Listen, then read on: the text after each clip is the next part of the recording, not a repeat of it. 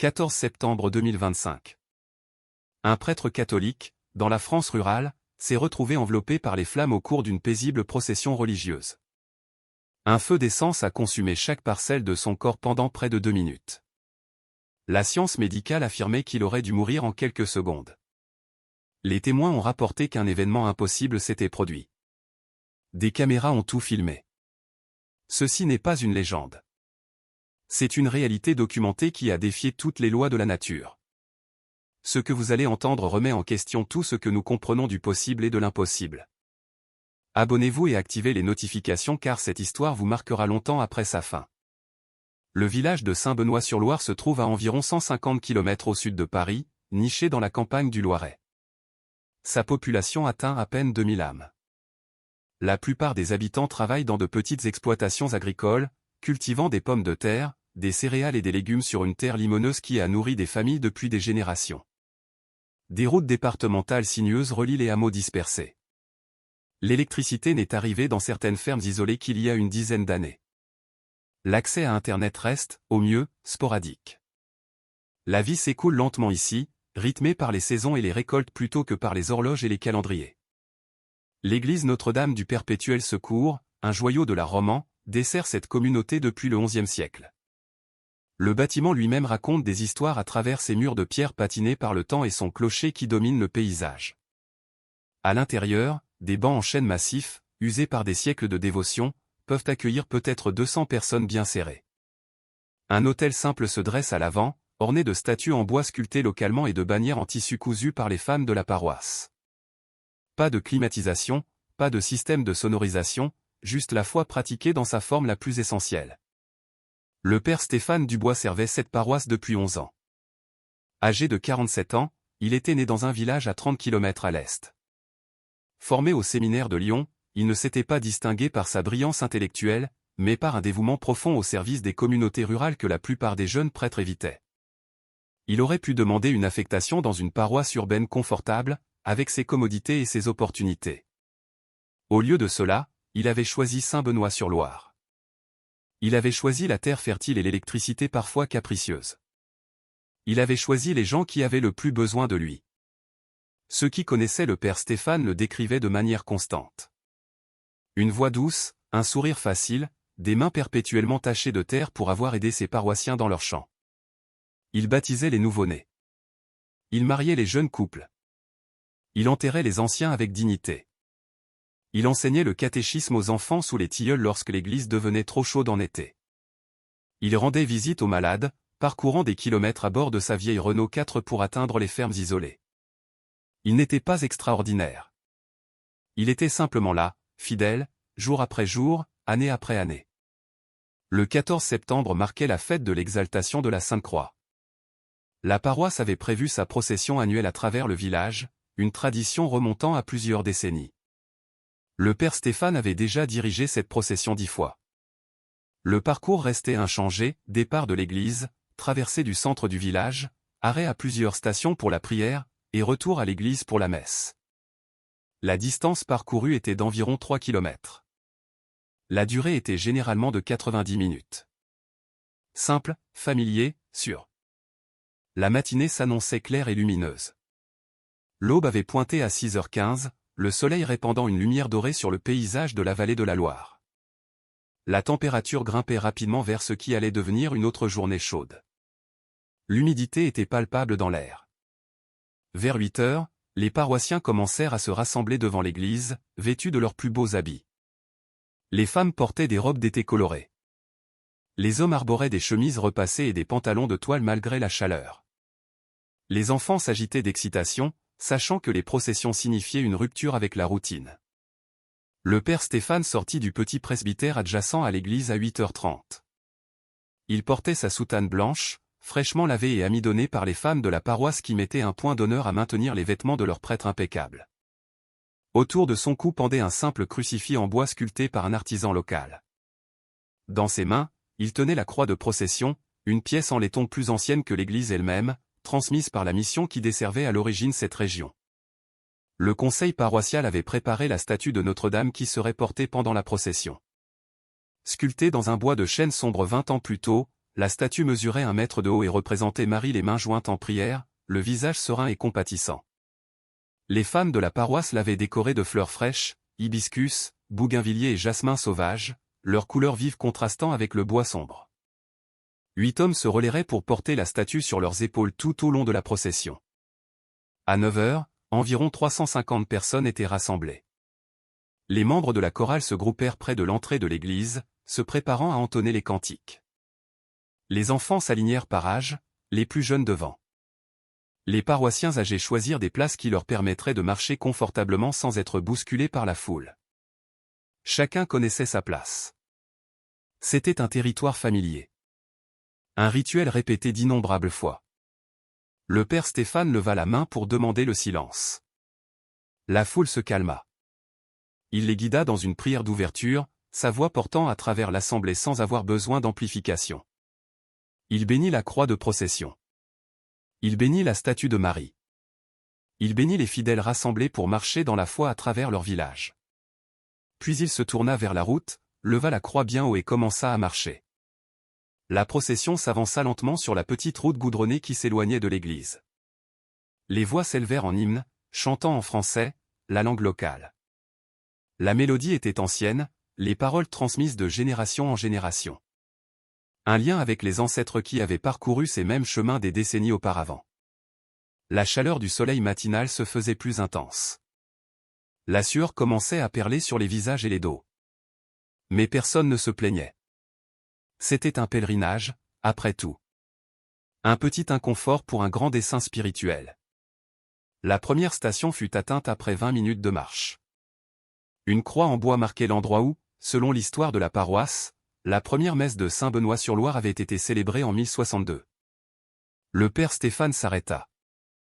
La procession se rassembla autour de lui en un cercle lâche. Il dirigea les prières. Il lut un passage de l'Écriture. Il invita les paroissiens à offrir leurs intentions. Une femme âgée pria pour ses petits-enfants malades. Un jeune homme pria pour trouver un emploi. Une mère pria pour sa fille qui étudiait à Lyon. Des prières simples, des besoins réels. Le tissu de la vie quotidienne tissé dans des moments de foi. Ils reprirent la marche. La procession entra dans le centre du village, passant devant les boutiques et les étals du marché. Les commerçants avaient fermé pour la matinée, rejoignant la procession ou regardant respectueusement depuis le pas de leur porte. Des voisins non catholiques se tenaient le long du parcours, offrant leurs salutations et leurs vœux. Le village était peut-être majoritairement catholique, mais le respect des différentes confessions y était profond. La communauté comptait plus que la doctrine. Personne ne remarqua l'homme qui se tenait en marge de la foule. Personne ne prêta attention au bidon qu'il portait. Personne ne vit ce qui allait arriver. La procession approchait de sa deuxième station, un endroit près de l'école du village où des prières seraient offertes pour les enfants et leur éducation. Le père Stéphane marchait d'un pas régulier, la croix de laiton tenue haute, le soleil se reflétant sur sa surface. Derrière lui venaient les 8 hommes portant la statue de Marie, leur visage marqué par l'effort mais aussi par la fierté de leur service. Derrière eux, la foule s'écoulait, les voix unies dans le chant. L'homme au bidon se rapprocha. Son nom était Léo Garnier, 32 ans, sans emploi. Des antécédents de maladie mentale étaient documentés au centre de santé de Saint-Benoît-sur-Loire. Une schizophrénie paranoïde diagnostiquée 3 ans plus tôt. Des médicaments prescrits mais pris de manière irrégulière en raison du coût et de la stigmatisation entourant le traitement de la santé mentale dans les zones rurales. Sa famille savait qu'il luttait. Sa famille essayait d'aider, mais les ressources étaient limitées et la compréhension de la maladie mentale restait incomplète, même parmi ceux qui l'aimaient le plus. Léo assistait sporadiquement à la messe depuis des mois. Le père Stéphane le connaissait de vue, lui avait parlé occasionnellement après les offices. Rien dans ses interactions ne suggérait un danger. Léo semblait renfermé mais inoffensif. Il posait parfois des questions étranges sur les démons et les anges, sur la guerre spirituelle et les batailles surnaturelles. Le père Stéphane répondait avec douceur, essayant de fournir un soutien pastoral sans expertise en traitement de la santé mentale. Il lui avait suggéré une aide médicale. Léo avait souri et dit qu'il allait bien. Il n'allait pas bien. Dans les semaines précédant la procession, l'état de Léo s'était rapidement détérioré. Il avait cessé de dormir. Il avait cessé de manger régulièrement. Il passait des heures assis sous un grand tilleul près de la maison familiale, parlant à des gens que personne d'autre ne pouvait voir. Sa mère s'inquiétait, ses frères et sœurs s'inquiétaient, mais il ne savait que faire d'autre que de veiller sur lui et d'espérer que l'épisode passerait comme les autres auparavant. Dans l'esprit fracturé de Léo, des délires avaient pris racine et s'étaient transformés en convictions. Il croyait que des démons avaient infiltré l'église. Il croyait que le père Stéphane n'était pas vraiment un prêtre mais un imposteur déguisé. Il croyait que le feu révélerait la vérité, qu'il consumerait la tromperie et exposerait ce qu'il considérait comme de la corruption. La logique n'avait de sens que pour lui. Les voix dans sa tête le confirmaient. Les visions qu'il éprouvait le validaient. 3 jours avant la procession, Léo acheta de l'essence dans une petite station-service en périphérie du village. Le pompiste n'y pensa pas. De nombreux villageois achetaient de petites quantités de carburant pour de petits moteurs. Léo versa l'essence dans un bidon en plastique, le ferma soigneusement et le cacha dans l'abri de jardin familial. Le matin du 14 septembre, alors que la paroisse se rassemblait pour la procession, Léo récupéra le bidon. Il se rendit au centre du village. Il se positionna le long du parcours où la procession passerait. Il attendit, le bidon lourd dans ses mains, les voix dans sa tête devenant plus fortes, plus insistantes. C'était sa mission. C'était sa vocation. Il allait exposer la supercherie. Il utiliserait le feu pour révéler la vérité. La procession approcha. Le père Stéphane apparut, la croix de laiton brillant, sa soutane blanche éclatante sur le fond de la route goudronnée. Léo s'avança. Personne ne l'arrêta. Dans la foule, la confusion et le mouvement, une personne de plus rejoignant la procession semblait anodine. Il se rapprocha, encore plus près, jusqu'à se tenir juste à côté du père Stéphane. Le prêtre lui jeta un coup d'œil. La reconnaissance traversa son visage. Il commença à sourire en guise de salutation. Léo dévissa le bouchon du bidon. D'un geste rapide, il projeta tout le contenu directement sur le père Stéphane. L'essence éclaboussa le visage du prêtre, sa poitrine, sa soutane. Le liquide s'infiltra instantanément. L'odeur était écrasante, âcre et chimique, tranchant l'air matinal. Le père Stéphane recula en titubant, l'essence dégoulinant de ses cheveux, coulant sur son visage, tachant le tissu blanc d'une couleur sombre. Ses mains se levèrent instinctivement, s'essuyant les yeux, essayant de retrouver la vue. La foule ne comprit pas immédiatement ce qui se passait. Certains pensèrent qu'on avait jeté de l'eau. D'autres pensèrent que cela faisait partie d'un étrange rituel qu'ils ne reconnaissaient pas.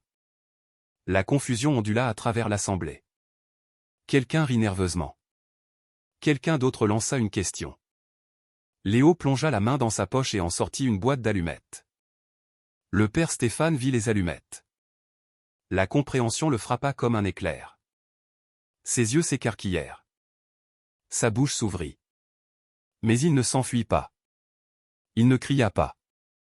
Au lieu de cela, ses lèvres se mirent à bouger en une prière silencieuse. Même à ce moment-là, même face à ce qui allait arriver, son instinct fut la prière. Léo gratta l'allumette. La petite flamme brilla intensément dans la lumière du matin. Il la tint un instant, la fixant comme s'il était hypnotisé. Puis il la lança en avant. L'essence s'enflamma instantanément. Le son fut comme une expiration soudaine. Un souffle, suivi d'un rugissement alors que les flammes jaillissaient sur tout le corps du père Stéphane. Le feu l'enveloppa complètement, de la tête aux pieds. Une colonne de chaleur orange, jaune et blanche si intense que les personnes se tenant à 3 mètres de là sentirent leur peau picoter et brûler. Des cris éclatèrent dans la foule. Les femmes hurlèrent.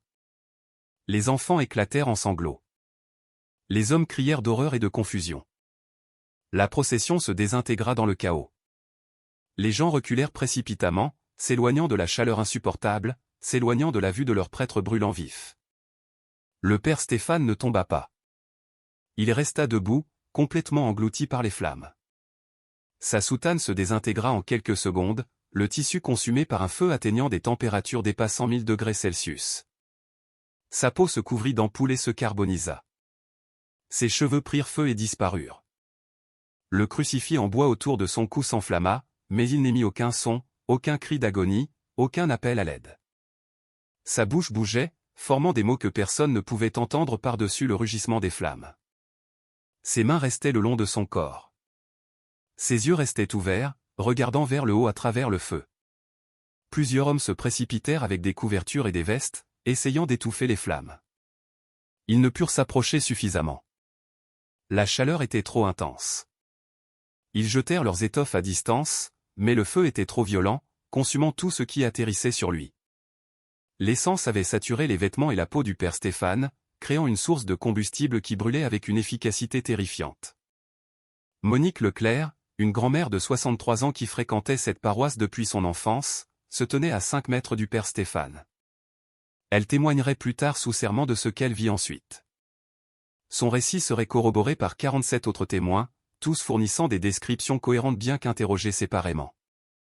Alors que les flammes atteignaient leur intensité maximale, consumant le père Stéphane dans ce qui semblait être une mort certaine, l'air autour de lui changea. Monique le décrivit comme un chatoiement, semblable aux vagues de chaleur s'élevant d'un asphalte chaud, mais différent, plus clair, plus défini. Et au sein de ce chatoiement, une silhouette prit forme. Une femme vêtue de robe bleue se tenait derrière le père Stéphane. Ses bras étaient étendus comme si elle l'enlaçait par derrière. Son visage était partiellement visible, serein et magnifique. Un voile couvrait ses cheveux. Une lumière semblait émaner d'elle, pas assez vive pour blesser les yeux, mais indubitable dans sa présence. Monique tomba à genoux. Autour d'elle, d'autres firent de même. À travers les larmes et la fumée, à travers le chaos et la confusion, des dizaines de personnes virent la même chose. La femme en bleu, la présence impossible au milieu du feu impossible. Et puis les flammes commencèrent à s'éteindre. La science médicale offre une documentation claire sur ce qui arrive aux corps humains exposés à un feu soutenu. À des températures dépassant 400 degrés Celsius, la peau subit une destruction immédiate. Les brûlures au premier degré n'affectent que l'épiderme externe. Les brûlures au deuxième degré pénètrent dans le derme, provoquant des cloques et une douleur intense. Les brûlures au troisième degré détruisent toutes les couches de la peau et commencent à endommager les muscles et les tissus sous-jacents, détruisant au passage les terminaisons nerveuses. Le père Stéphane a brûlé à des températures estimées par les enquêteurs à plus de 1000 degrés Celsius pendant environ 110 secondes. Des séquences vidéo capturées par 3 témoins différents sur leur téléphone portable ont confirmé la durée. 110 secondes de contact direct et soutenu avec les flammes sur la quasi-totalité de la surface de son corps. Il aurait dû être mort en moins de 20 secondes. Même si, d'une manière ou d'une autre, il avait survécu à la combustion initiale, l'inhalation de fumée seule aurait dû le neutraliser presque immédiatement. Les feux d'essence produisent des fumées toxiques qui rendent les victimes rapidement inconscientes. Pourtant, le père Stéphane resta debout, resta conscient tout au long de l'événement. Les flammes s'éteignirent aussi inexplicablement qu'elles avaient commencé. Elles ne diminuèrent pas progressivement. Elles ne s'étouffèrent pas lentement sous les couvertures qui l'atteignaient enfin. Elles cessèrent simplement, comme si un interrupteur avait été actionné. Un instant, une conflagration complète. L'instant d'après, de la fumée s'élevant d'une silhouette carbonisée toujours debout. La silhouette en bleu avait disparu. Les témoins qui l'avaient vue ont déclaré qu'elle s'était simplement évanouie au moment où les flammes se sont éteintes. Un instant présente. L'instant d'après absente. Pas d'estompement progressif. Pas de disparition spectaculaire. Simplement là, puis plus là. Le père Stéphane se tenait en silence. De fines colonnes de fumée s'élevaient de son corps. Sa soutane était détruite, réduite à des fragments brûlés collés à sa peau calcinée. Ses cheveux avaient disparu. La peau de son visage, de son cou, de ses bras et de son torse présentait de graves brûlures, cloquées et noircies par endroits. Mais il était debout. Il respirait. Il était conscient. La croix de procession en laiton gisait sur le sol à ses pieds, sa surface noircie mais intacte. Le crucifix en bois qui pendait à son cou était complètement détruit, réduit en cendres. La statue de Marie avait été lâchée par les hommes qui la portaient lorsque l'attaque avait commencé. Elle gisait sur le côté à plusieurs mètres de là, des fleurs éparpillées sur la route, le visage sculpté toujours serein et paisible. Quelqu'un, identifié plus tard comme Nicolas Martin, un ambulancier qui participait par hasard à la procession, se précipita vers lui. Il s'approcha prudemment du père Stéphane, incertain de ce à quoi s'attendre. Les yeux du prêtre suivirent son mouvement. Sa poitrine se soulevait et s'abaissait au rythme de respiration régulière. Lorsque Nicolas lui parla, lui demandant s'il pouvait l'entendre, le père Stéphane hocha la tête. De l'eau, murmura le père Stéphane. Sa voix était faible mais claire. S'il vous plaît. Quelqu'un courut chercher de l'eau. Nicolas examina attentivement ce qu'il pouvait voir des blessures du père Stéphane sans le toucher. Les brûlures étaient étendues. Leur gravité était évidente. Cet homme avait besoin de soins médicaux d'urgence immédiats. Pourtant, il était debout, parlait, apparemment stable. Rien dans la formation médicale de Nicolas ne l'avait préparé à cette combinaison de facteurs. Le centre de santé du village fut immédiatement prévenu. Ils contactèrent par radio l'hôpital général de Saint-Benoît-sur-Loire, l'établissement le plus proche capable de traiter les grands brûlés. Une ambulance fut dépêchée. Heure d'arrivée estimée, 45 minutes, compte tenu de l'état des routes et de la distance. Le père Stéphane refusa de s'asseoir. Il resta debout, acceptant des gorgées d'eau que quelqu'un lui apporta, déclinant toute autre aide. Lorsque des paroissiens tentèrent de l'envelopper dans des linges, il les repoussa doucement. Il se tint au milieu de la route, entouré de sa congrégation secouée, la fumée s'élevant encore de son corps, et attendit l'arrivée des secours médicaux. Léo Garnier, l'agresseur, avait été plaqué au sol et maîtrisé par plusieurs hommes immédiatement après avoir jeté l'allumette. Il gisait face contre terre, les bras immobilisés dans le dos, ne montrant aucune résistance. Il semblait être dans un état second, ne se débattant ni ne coopérant, existant simplement. Lorsque quelqu'un lui cria des questions, « Pourquoi as-tu fait ça ? À quoi pensais-tu » Il ne répondit pas. Ses yeux fixaient le vide. Sa bouche était légèrement entr'ouverte. Le maire du village, Jean Dupont, arriva. Appelé de sa maison voisine, il prit la situation en main, demandant aux gens de former un cercle de protection autour du père Stéphane, en envoyant d'autres dégager la route pour l'ambulance qui arrivait, et s'assurant que Léo Garnier restait maîtrisé mais non blessé. En temps de crise, les structures communautaires s'activaient efficacement. Monique Leclerc restait à genoux, son chapelet serré dans ses mains, priant continuellement. D'autres s'agenouillèrent à ses côtés. Bientôt, peut-être la moitié de la foule était à genoux, priant à haute voix en français, leur voix s'élevant et s'abaissant en une supplication spontanée. Ils priaient pour le père Stéphane. Ils priaient pour comprendre ce dont ils avaient été témoins. Ils priaient en action de grâce pour sa survie. Le soleil monta plus haut. La température augmenta. L'odeur de chair brûlée et d'essence flottait dans l'air. Le père Stéphane se tenait au centre de tout cela. Son visage brûlé légèrement incliné vers le haut. Ses lèvres bougeant en une prière continue. Du sang suintait de sa peau cloquée. Ses mains tremblaient. Mais il se tenait debout. Ce qui se passa ensuite défia toutes les attentes médicales. Les médecins qui traitèrent le père Stéphane allaient documenter des choses qu'ils n'avaient jamais vues en des décennies de médecine d'urgence. Restez avec nous pendant que nous examinons les preuves qui ont défié la science elle-même. L'ambulance arriva 38 minutes après l'attaque. Les ambulanciers, Daniel Lefebvre et Sandrine Petit, s'attendaient à trouver un patient dans un état critique, probablement inconscient, peut-être en arrêt cardiaque, certainement en état de choc grave. Ils avaient été informés par radio, homme adulte, brûlures étendues par feu d'essence, toujours conscients mais dans un état critique. Ce qu'ils trouvèrent debout au milieu de la route contredisait de manière significative ce briefing. Le père Stéphane les attendait, droit et alerte. Ses blessures étaient visibles et graves.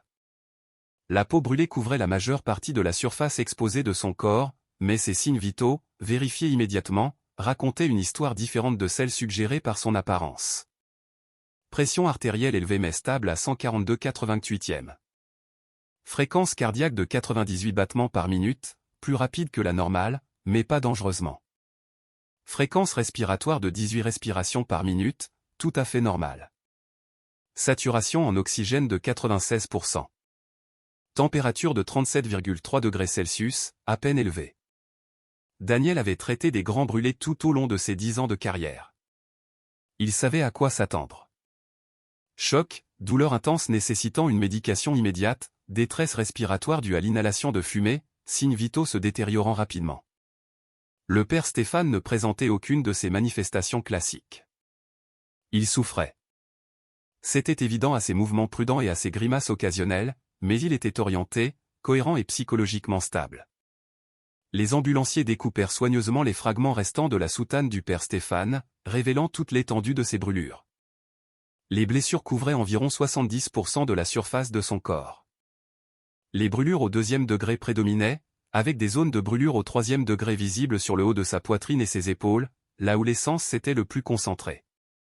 Son visage présentait des brûlures au 2e degré sur les joues et le front, mais remarquablement, ses yeux semblaient indemnes. Ses paupières étaient brûlées, mais sa vision semblait intacte. Sandrine commença à poser une perfusion pour administrer des fluides. Le protocole standard de traitement des brûlures exigeait une réanimation liquidienne agressive pour prévenir le choc. Mais en travaillant, elle remarqua quelque chose d'inhabituel. Le temps de recoloration capillaire du père Stéphane, le temps que met la couleur à revenir au lit des ongles après l'application d'une pression, était presque normal. Cela suggérait une circulation adéquate malgré des brûlures étendues. Ses muqueuses, vérifiées à l'intérieur de sa bouche, ne montraient aucun signe de lésion par inhalation de fumée. Ses poumons étaient clairs lorsqu'elle les écouta au stéthoscope. Ils le chargèrent soigneusement dans l'ambulance. Le père Stéphane insista pour faire les quelques pas jusqu'au véhicule plutôt que d'être transporté sur un brancard. La foule rassemblée regardait en silence, beaucoup encore à genoux, beaucoup priant encore.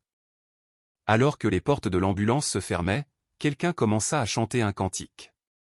D'autres se joignirent à lui. Les voix suivirent le père Stéphane alors que l'ambulance s'éloignait, gyrophares allumés, en direction de l'hôpital général de Saint-Benoît-sur-Loire. Le trajet de 40 minutes se passa sous surveillance continue. Daniel s'attendait à une détérioration. Les grands brûlés semblaient souvent stables au début avant de s'effondrer alors que leur corps réagissait au traumatisme massif. Il surveilla attentivement les signes vitaux, prêt à intervenir au premier signe de problème. Les signes vitaux restèrent stables. Le père Stéphane refusa les analgésiques, déclarant qu'il voulait rester pleinement conscient et alerte. Il priait continuellement, ses lèvres formant des mots silencieux, ses doigts brûlés essayant de former le signe de croix malgré la douleur que cela provoquait. La docteure Valérie Rousseau accueillit l'ambulance à l'entrée de l'hôpital. Elle travaillait en médecine d'urgence depuis 16 ans, avec une formation spécialisée dans le traitement des brûlures suivies lors d'un stage à Genève. Elle avait vu des centaines de cas de brûlures. Elle avait traité des victimes d'incendies domestiques, d'accidents de cuisine, de brûlures électriques et d'agressions. Lorsque l'appel radio décrivant un prêtre brûlé dans une attaque à l'essence pendant une procession religieuse était arrivé, elle s'était préparée au pire. Le patient qui entra dans sa salle de déchocage ne correspondait pas à ses attentes.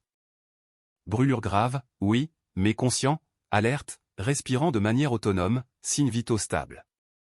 Elle ordonna immédiatement une évaluation complète tout en commençant le traitement initial. Solution saline stérile pour irriguer les brûlures. Pansement stérile pour couvrir les plaies ouvertes. Prophylaxie antitétanique. Prise de sang pour un bilan métabolique complet. Numération formule sanguine complète. Étude de la coagulation. Radiographie du thorax pour évaluer les lésions par inhalation. ECG pour surveiller la fonction cardiaque. Chaque test revint avec des résultats qui, bien qu'anormaux, n'étaient nulle part aussi critiques que les blessures visibles ne le suggéraient. Le nombre de globules blancs était élevé, indiquant une réponse inflammatoire mais pas de manière alarmante. La fonction rénale était normale. Les enzymes hépatiques étaient normales. Les électrolytes étaient équilibrés. La radiographie du thorax montrait des poumons complètement clairs. Aucun signe d'inhalation de fumée. Pas d'accumulation de liquide. Pas de dommages aux voies respiratoires. L'ECG montrait un rythme sinusal normal. La docteure Rousseau se tenait au pied du lit du père Stéphane, examinant les résultats des tests pour la 3e fois. Elle travaillait en médecine d'urgence depuis assez longtemps pour faire confiance à son jugement clinique, et son jugement clinique lui disait que ses résultats ne correspondaient pas à la gravité des blessures qu'elle observait. Ce patient devrait être en état de choc, devrait nécessiter une assistance ventilatoire, devrait montrer des signes de syndrome de réponse inflammatoire systémique, devrait au minimum souffrir de douleurs intenses nécessitant une médication importante. Le père Stéphane gisait tranquillement, acceptant le traitement, refusant les analgésiques au-delà de légers antalgiques, répondant aux questions de manière claire et complète. Lorsqu'on lui demanda d'évaluer sa douleur sur une échelle de 1 à 10, il dit peut-être 4 ou 5. Ça fait mal, mais c'est supportable. Supportable. 70% de la surface corporelle brûlée. Supportable. La docteure Rousseau consulta le docteur Laurent Bernard, le seul chirurgien général de l'hôpital qui avait une formation complémentaire en gestion des brûlures. Ensemble, ils examinèrent le père Stéphane, documentant tout avec des photographies et des notes détaillées.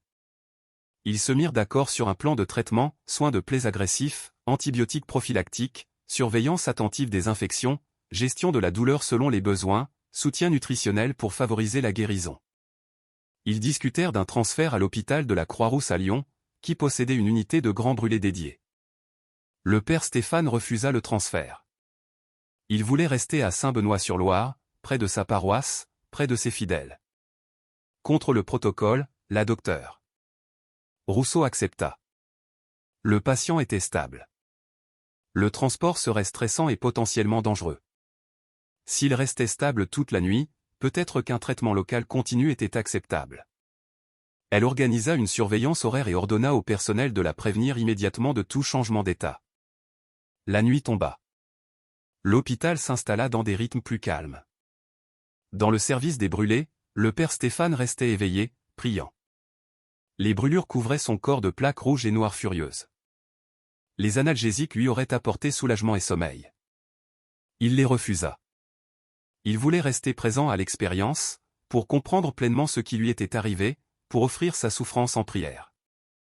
Les infirmières de nuit qui le surveillaient toutes les heures le trouvaient toujours éveillé, toujours en prière, chantant parfois doucement des hymnes. Ses signes vitaux restèrent stables toute la nuit. À 3 heures du matin, la docteure Rousseau ne reçut aucun appel d'urgence.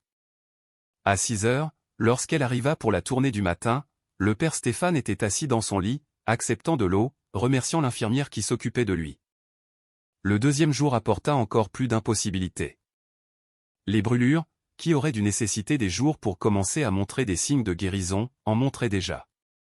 Des zones de brûlure au 2e degré qui auraient dû prendre une semaine pour commencer à former de nouveaux tissus entamaient déjà ce processus. La docteure Rousseau documenta tout, prenant des photos quotidiennes, comparant les images, mesurant les zones de plaie, consultant la littérature médicale pour tout ce qui pourrait expliquer une guérison accélérée. Elle ne trouva rien dans la littérature médicale qui expliquait ce qu'elle observait. La nouvelle de l'attaque et de la survie du père Stéphane se répandit rapidement à travers Saint-Benoît-sur-Loire et au-delà. Le soir du 14 septembre, l'histoire avait atteint Lyon. Le 15 septembre, les médias nationaux en parlaient. Le 16 septembre, les médias internationaux l'avaient reprise. Un prêtre survit à une terrible immolation en France. Attaque à l'essence sur un prêtre catholique. Survie miraculeuse après une attaque en procession. Les séquences vidéo devinrent virales en ligne. Les 3 enregistrements de téléphone portable, capturés sous différents angles, montraient la même séquence d'événements, le père Stéphane marchant en procession, Léo Garnier s'approchant, le liquide projeté, les flammes jaillissant, le prêtre debout enveloppé par le feu, les flammes s'éteignant, le père Stéphane toujours debout. Les vidéos furent analysées image par image. Aucune preuve de manipulation, aucun signe de montage, juste la documentation de quelque chose qui paraissait impossible. Mais les vidéos ne capturaient pas ce que des dizaines de témoins rapportaient avoir vu. La silhouette en robe bleue se tenant derrière le père Stéphane pendant qu'il brûlait. Le diocèse d'Orléans dépêcha une équipe à Saint-Benoît-sur-Loire le 17 septembre. Le père Bernard Moreau, qui servait comme chancelier diocésain, dirigeait l'équipe d'enquête. Sa responsabilité était de recueillir les témoignages, de documenter les faits et de fournir une évaluation initiale à l'évêque. L'Église catholique a des protocoles séculaires pour enquêter sur les événements miraculeux rapportés. Ces protocoles sont conçus pour être approfondis et sceptiques, éliminant les explications naturelles avant d'envisager les surnaturelles. Le père Moreau installa des salles d'interrogatoire au presbytère de la paroisse. En 3 jours, il interrogea 112 témoins, tous ceux qui avaient été présents à la procession et qui acceptaient de témoigner. Chaque témoin fut interrogé séparément. On demanda à chacun de décrire ce qu'il avait vu sans se concerter avec les autres. Chaque témoignage fut enregistré et transcrit. Monique Leclerc fut parmi les premières interrogées. Elle s'assit sur une simple chaise en bois, les mains jointes sur ses genoux, et décrivit ce dont elle avait été témoin avec une certitude absolue. « Je l'ai vu, dit Monique. La Sainte Vierge. Elle se tenait derrière le père Stéphane pendant qu'il brûlait. Ses bras étaient autour de lui comme si elle le protégeait. Elle portait des robes bleues et un voile. Son visage était paisible. Elle était là, mon père. Je l'ai vue de mes propres yeux. Le père Moreau posa des questions précises. À quoi ressemblait exactement la silhouette?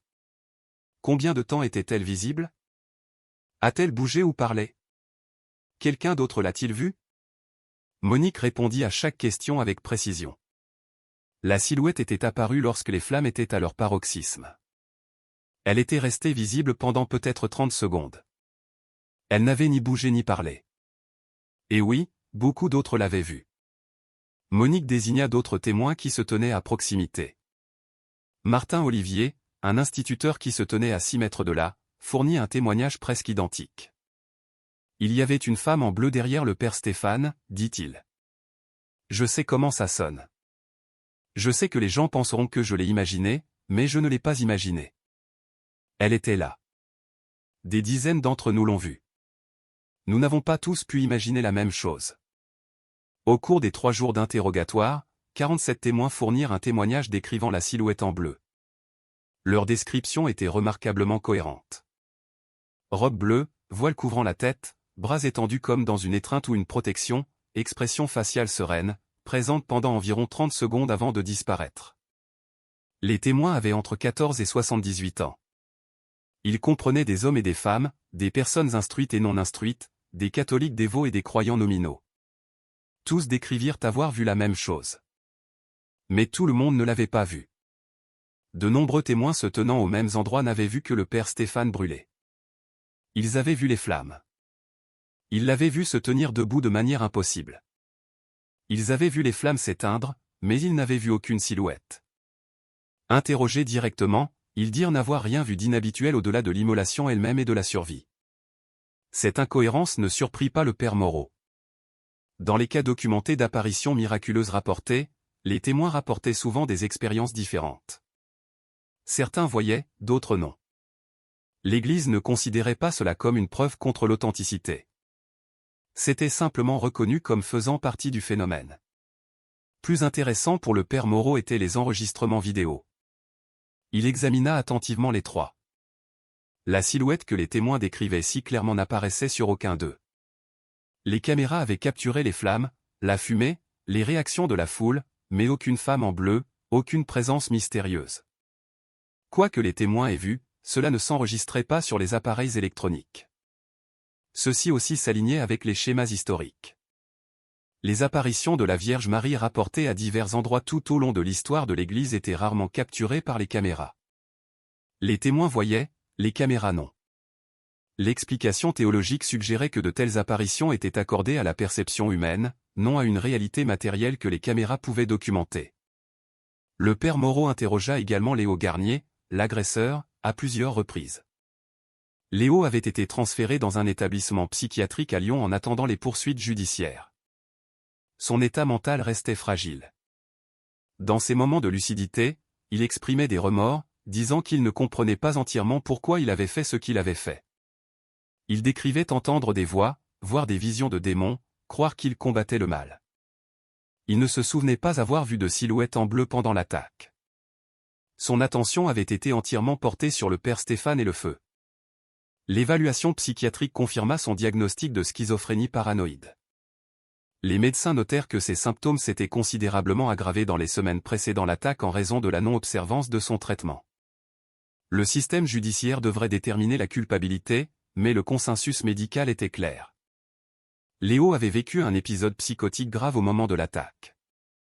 Le rapport préliminaire du père Moreau à l'évêque, soumis le 22 septembre, documentait toutes les conclusions sans tirer de conclusion. Il nota la cohérence des témoignages. Il nota les anomalies médicales dans la survie et la guérison du père Stéphane. Il nota l'absence de la silhouette dans les enregistrements vidéo. Il ne fit aucune affirmation d'intervention miraculeuse. Son rôle était la documentation, pas la détermination.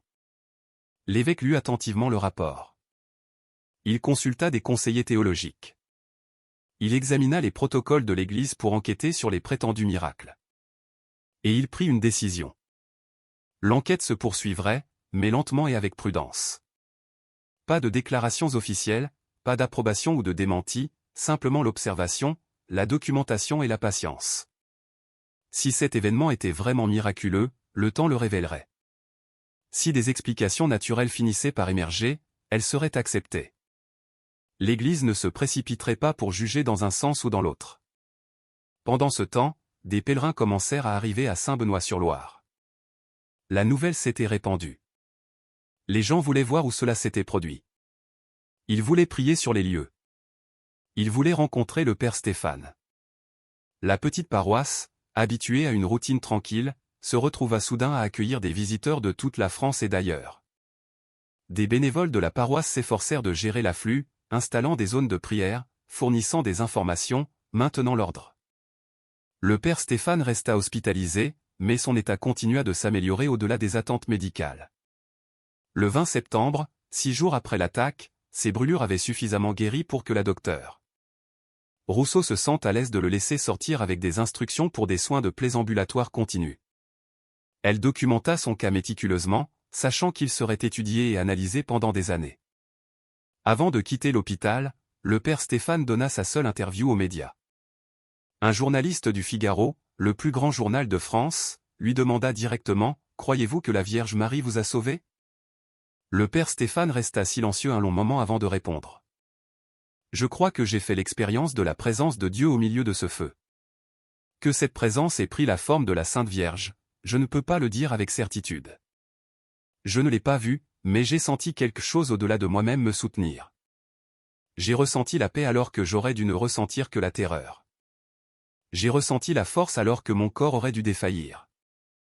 C'est ce dont je peux témoigner avec certitude. » La documentation du cas par la docteure Valérie Rousseau parvint au docteur François Lambert, professeur de médecine d'urgence à l'Université Lyon 1, dont l'expertise en matière de brûlure était reconnue internationalement. Lorsqu'il lut le rapport décrivant la survie et la trajectoire de guérison du Père Stéphane, sa réaction initiale fut un scepticisme professionnel. La guérison documentée ne correspondait pas à la compréhension médicale établie de la physiologie des brûlures. Le 25 septembre, le docteur Lambert arriva à Saint-Benoît-sur-Loire avec une équipe de spécialistes, un expert en brûlures, un dermatologue et un psychologue. Leur mission était simple, examiner le patient de manière approfondie et déterminer si ce cas défiait vraiment l'explication médicale. Le Père Stéphane se soumit à un examen complet. L'équipe photographia ses brûlures en cours de guérison, mesura les zones de plaie, préleva des échantillons de tissu, effectua des tests de fonction pulmonaire et réalisa une évaluation psychologique. Ce qu'ils découvrirent les fascina et les frustra à la fois. 11 jours après la blessure, les brûlures du Père Stéphane montraient une guérison qui nécessitait généralement 4 à 6 semaines. De nouveaux tissus épithéliaux se formaient à des rythmes considérablement accélérés. Des zones de brûlure au 3e degré qui auraient dû nécessiter une greffe de peau guérissaient par cicatrisation secondaire, le corps générant de nouveaux tissus de manière indépendante. La formation de cicatrices restait minime par rapport aux blessures par brûlure typiques de cette gravité. Sa fonction pulmonaire était tout à fait normale. Aucun signe de lésion par inhalation de fumée. Aucune blessure des voies respiratoires, aucune capacité pulmonaire réduite. Cela seul était remarquable. Les victimes d'incendies d'essence présentent invariablement des dommages respiratoires dus aux fumées toxiques. L'évaluation psychologique ne révéla aucun symptôme de stress post-traumatique. Le Père Stéphane décrivit l'attaque calmement, reconnut la terreur et la douleur, mais ne présenta aucun des marqueurs classiques du TSPT, pas de pensées intrusives, pas de cauchemars, pas d'hypervigilance. L'équipe médicale analysa les séquences vidéo image par image, calculant la température des flammes en fonction de la couleur et du comportement, estimant la durée d'exposition, évaluant la quantité d'essence. Chaque calcul aboutit à la même conclusion, le Père Stéphane aurait dû subir des blessures catastrophiques, probablement mortelles. La combinaison des facteurs gravité des brûlures, durée d'exposition, intervention médicale retardée aurait dû entraîner la mort ou une invalidité permanente. Le docteur Lambert mena une revue approfondie de la littérature à la recherche de cas comparables. Il trouva des survivants d'incendies d'essence, mais aucun ne correspondant à cette combinaison spécifique. Brûlures étendues couvrant 70% de la surface corporelle, exposition directe prolongée aux flammes dépassant 100 secondes, intervention immédiate minimale, et pourtant survie avec des blessures relativement modérées et une guérison accélérée. Le rapport complet de l'équipe, publié dans le Journal médical français en novembre 2024, documenta tout dans un langage académique prudent. Ils notèrent les anomalies significatives. Ils reconnurent que la guérison dépassait les attentes médicales standards, mais ils s'abstinrent de déclarer le cas médicalement impossible. Leur conclusion fut mesurée, ce cas représente une valeur aberrante statistique extrême en matière de blessures par brûlure et de récupération. Bien que certains aspects remettent en question la compréhension actuelle de la physiologie des brûlures et des mécanismes de guérison, nous ne pouvons pas affirmer de manière définitive que les explications naturelles sont insuffisantes. Des cas rares de survie inattendue et de guérison accélérée apparaissent dans la littérature médicale. Que ce cas se situe dans la queue extrême de la distribution normale ou représente quelque chose au-delà des connaissances médicales actuelles nécessite une étude longitudinale plus approfondie. Traduction, très inhabituelle, scientifiquement inexpliquée, mais pas définitivement miraculeux d'un point de vue médical. Les enquêteurs d'incendie examinèrent le site de l'attaque, analysant les traces de combustible, les marques de brûlure et les preuves vidéo. Leur rapport confirma que de l'essence avait été utilisée. Les températures avaient atteint des niveaux typiques de tels incendies, et le père Stéphane avait subi un contact direct avec les flammes pendant environ 110 secondes. Rien d'inhabituel concernant le feu lui-même, seulement concernant la survie. Un professeur de sciences des matériaux examina la soutane détruite du père Stéphane, à la recherche de substances qui auraient pu fournir une protection inattendue. Le tissu était du coton ordinaire, sans traitement ignifuge, sans revêtement inhabituel. Il avait brûlé exactement comme prévu. Quoi que ce soit qui ait protégé le père Stéphane, ce n'étaient pas ses vêtements. Les rapports toxicologiques ne montrèrent aucune substance inhabituelle dans les échantillons de sang prélevés immédiatement après l'attaque. Pas de drogue, pas de produits chimiques expliquant une réponse altérée à la douleur ou une guérison améliorée. Juste une physiologie humaine normale répondant à un traumatisme extraordinaire. Chaque enquête scientifique aboutit au même point final. Aucune explication naturelle ne rendait compte de manière adéquate de l'ensemble du tableau. La survie pouvait être expliquée. La gravité minimale des blessures pouvait être expliquée. La guérison accélérée pouvait être expliquée. Mais les trois facteurs ensemble, en combinaison avec les circonstances spécifiques, résistaient à l'explication scientifique conventionnelle. Cela ne prouvait pas une intervention surnaturelle. La science rencontre régulièrement des phénomènes qu'elle ne peut pas encore expliquer. Inexpliqué ne signifie pas inexplicable, simplement pas encore expliqué avec les connaissances et les outils disponibles actuels. L'écart entre ce qui s'était passé et ce que la science pouvait expliquer demeurait, un espace où la foi et la raison se rencontraient sans résolution. Le père Stéphane retourna à sa paroisse le 28 septembre. Les paroissiens avaient préparé le presbytère pour une longue convalescence, anticipant des semaines de repos tranquille avant qu'il ne puisse reprendre ses fonctions. Le père Stéphane avait d'autres projets. Le dimanche 29 septembre, il célébra la messe. Les brûlures encore visibles sur son visage et ses mains, se déplaçant prudemment en raison de la peau en cours de guérison, mais debout à l'autel, élevant l'hostie, guidant son peuple dans le culte. L'église débordait au-delà de sa capacité. Chaque banc était rempli, des gens debout le long des murs, des foules dans le parvis écoutant par les fenêtres ouvertes. Son homélie fut brève mais profonde. Il parla de la souffrance, de la foi éprouvée par le feu, des voies mystérieuses par lesquelles la grâce divine opère. Il ne revendiqua aucun statut spécial. Il ne se déclara pas bénéficiaire d'une intervention miraculeuse garantie. « Je ne sais pas pourquoi je suis encore ici », dit-il tranquillement, ses mains marquées de cicatrices reposant sur l'autel. « Je ne sais pas pourquoi j'ai été épargné alors que d'autres qui ont subi des attaques similaires n'ont pas survécu. Je n'ai pas de réponse à vous donner. Je n'ai que des questions que je porte devant Dieu dans la prière chaque jour. » Il fit une pause, regardant la congrégation silencieuse. « Ce que je peux vous dire, c'est ceci. Au milieu de ce feu, je n'étais pas seul. J'ai senti une présence avec moi.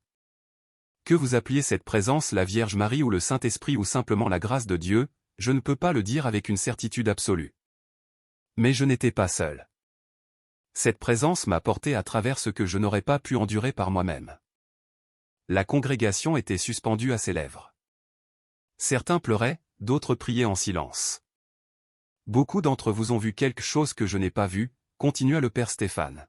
« Vous avez été témoin d'une silhouette en robe bleue. Vous croyez avoir vu la Sainte Vierge se tenir avec moi. Je ne peux pas confirmer ce que vous avez vu car je ne l'ai pas vu moi-même. Mais je ne doute pas de votre témoignage. Je crois que vous avez vu ce que vous avez vu. » Sa voix se renforça. Que l'Église déclare officiellement cela comme un miracle n'est pas important pour moi. Que les sceptiques trouvent des explications naturelles n'est pas important pour moi. Ce qui importe, c'est ceci. On nous a rappelé que nous ne marchons pas seuls dans ce monde.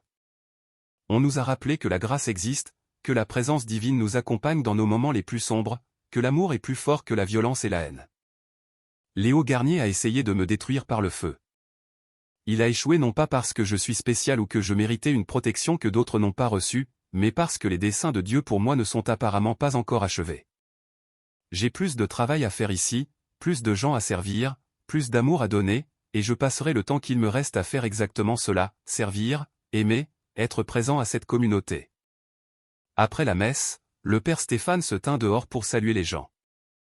Il serra les mains avec précaution, accepta les prières et les bénédictions, sourit aux enfants qui le regardaient avec de grands yeux, fixant ses cicatrices.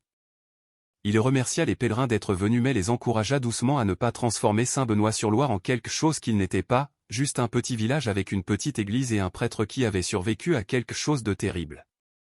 Il rendit visite à Léo Garnier 3 fois dans l'établissement psychiatrique. Les visites restèrent privées, leur contenu jamais divulgué, mais le personnel rapporta que les 2 hommes avaient pleuré lors des rencontres, que le père Stéphane avait tenu les mains de Léo et prié avec lui, que le pardon avait été accordé et sincèrement reçu. En novembre, le père Stéphane participa à un symposium à l'université Lyon 1 où des universitaires en médecine et en théologie discutèrent de son cas. Il écouta les médecins présenter les découvertes scientifiques, les théologiens discuter des critères du miracle, les philosophes débattre des preuves et de la croyance. Lorsqu'on lui demanda de parler, il se leva lentement, les brûlures en cours de guérison encore visibles. « Je ne suis pas un miracle, dit-il simplement. Je suis un homme qui a survécu à quelque chose de terrible. Que vous attribuiez ma survie à l'intervention de Dieu, à des circonstances heureuses ou à des facteurs médicaux non encore compris, c'est à vous de décider en fonction de votre propre cadre de référence. Ce que je sais, c'est ceci, je suis en vie. Je peux servir ma paroisse. Je peux aimer mes fidèles. Je peux continuer le travail auquel j'ai été appelé. Quelle que soit l'explication que vous choisissiez pour la raison de ma survie, cela ne change pas le fait que je suis en vie ni la responsabilité que j'ai d'utiliser cette vie continue à bon escient. C'était peut-être la déclaration théologique la plus profonde possible.